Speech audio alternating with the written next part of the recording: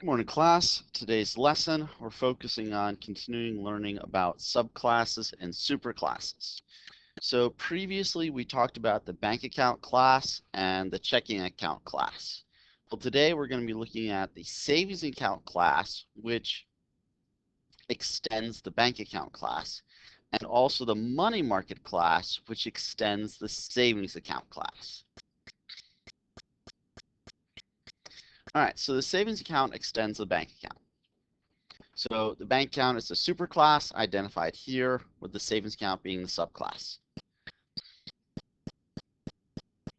So inside the savings account, we add an additional field, the interest.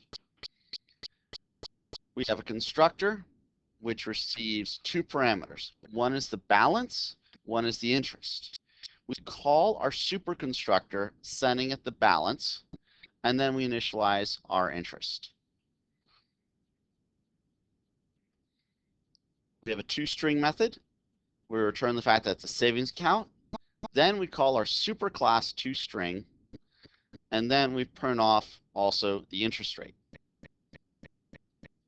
And then in our last method, we have this method called apply interest. So the idea is that in a savings account, every so often, every month, interest is applied to the account, increasing your balance by the interest rate. So to do this, I create a double, I call it increase, I set it equal to our interest rate, and I multiply it by our check balance. So what that's going to give us if we have like an interest of, let's say 5%, and we have $100. 100 times 5% is $5. So I then deposit that into our bank account. Now notice I'm using the deposit method that we inherit from the bank account class. Since I didn't overwrite the deposit method, I don't need to say super.deposit. So that is our savings account class. It's not terribly complicated, a little bit of extra features added. Beyond that, it's about the same challenge level as the checking account class. Next, we have the money market. Now notice the money market is extending the savings account. So the money market is a savings account object. So let's look at the money market. So money market extends savings account. So savings account is now a superclass, and the money market is a subclass. So yes, this means the savings account class is both a superclass and a subclass at the same time, because it's a subclass of the it's a subclass of the bank account class, but it is a superclass to the money market class. Now in our money market, the idea of a money market, the really basic idea behind the money market, obviously there's more to it than this, is it's a savings account where it requires a larger deposit, large amount of money kept into it, but you get a better return on it. So our money market has no additional fields. Instead, it receives both the balance and interest and sends that to our superconstructor. So it's not calling the bank account constructor, it's calling the savings account constructor, which takes two parameters. We have an additional method. We're overriding our toString method, and all it does is indicate that it is a money market account, and then I call my super.toString. Now, money market accounts usually have some sort of penalty for withdrawing money, and so I overwrite the withdraw method, and when I withdraw money from our bank account, I'm increasing that by $25. That's sort of this idea of a penalty.